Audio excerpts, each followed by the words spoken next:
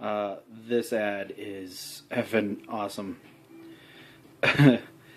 Although, I have to question, if he really thinks it's this big of a piece of shit, why is he charging $1,500 for it? If you really want to know if your property that bad, shouldn't it be more like $500? Just saying. I threw this scene up a couple years ago and I still get random comments on it. It's from an old movie, Frankenstein versus Wolfman. I'm not going to show it. I just... I forgot about that response. Frankenstein is bigger and stronger. The Wolfman is faster and bisexual. What? It's like 10:30 a.m. Everything's already gone. Except the couch. I have one guy asking about the couch, but I posted all the stuff for free in the living room. And some people offered money. Whatever, I'll take $20. That's cool. You put stuff for free on there, man. People bombard you. I had like 50 or 60 texts. So it's like if you're getting ready to downsize, move into an RV, and you don't feel like dealing with hauling it to Goodwill, throw it up on Craigslist. Say, hey, I'm moving. Free stuff. Boom. Gone. I set some stuff on the floor. Keezy's sitting on it.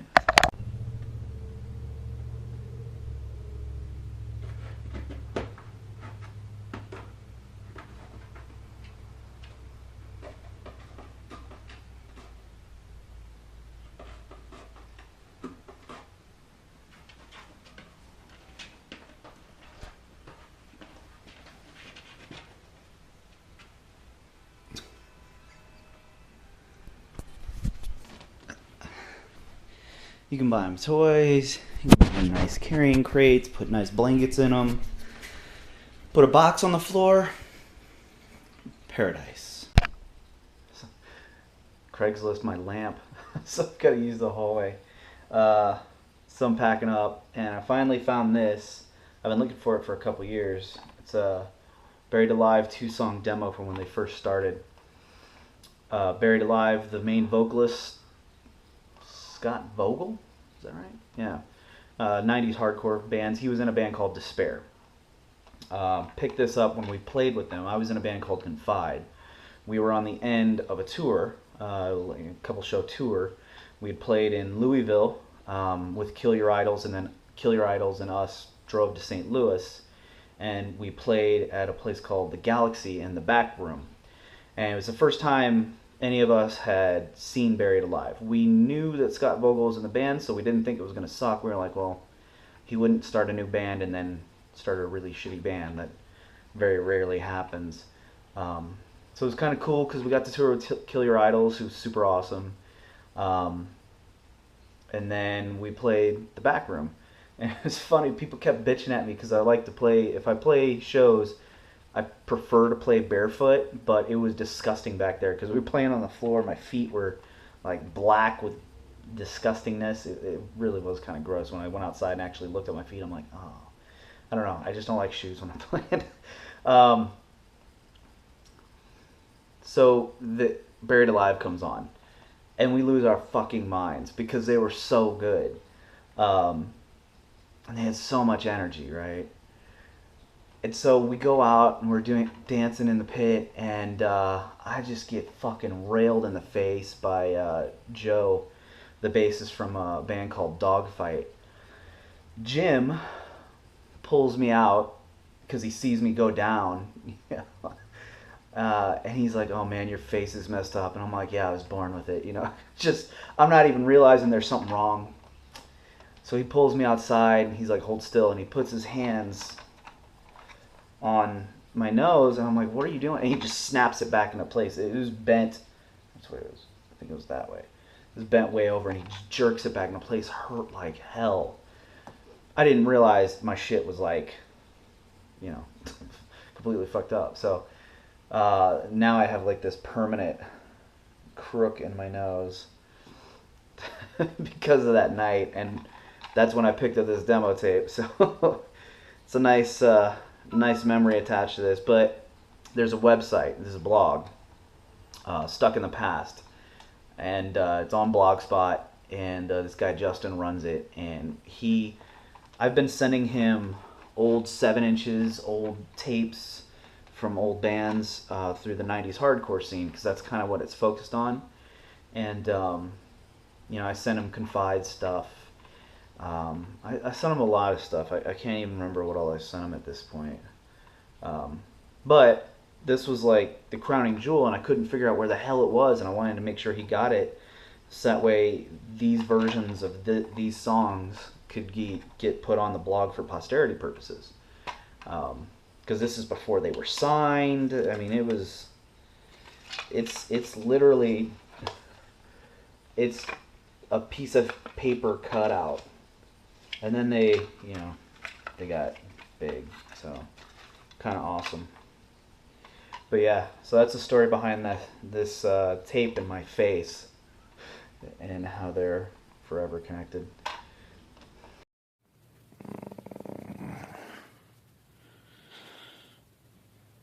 What?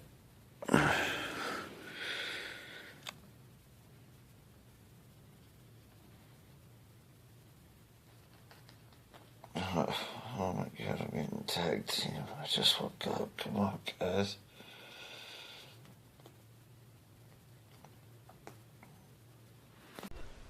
Getting ready to head out, record my last set of vocals for the 3rd album I will have completed in the time that I was at Nevada. I'm only putting out one of them on my channel. The other 2 are just for me because they're some of my old band stuff, and I'm just finishing the songs myself, so I have copies of the songs to listen to, so I'll never put them out. But it's kind of cool. I was here for a short window of time, got a lot more finished than I did when I was in Kansas, stumbling through all the learning blocks of the RV thing.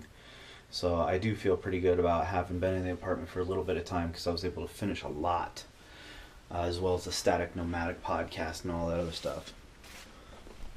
Oh, there you are. Hey, there you are. Holy crap, this rain's coming down. Damn, boy.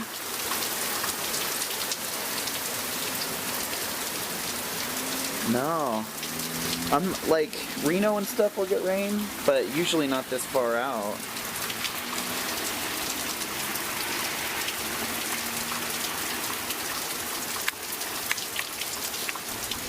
Yeah, for right now.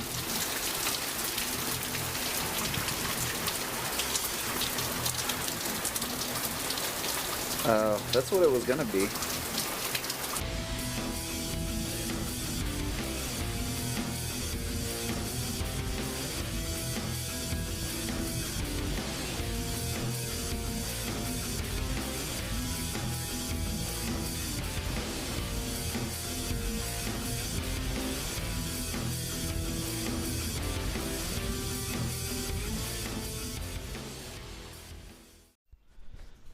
Don't know if I mentioned this when I used to live in an RV,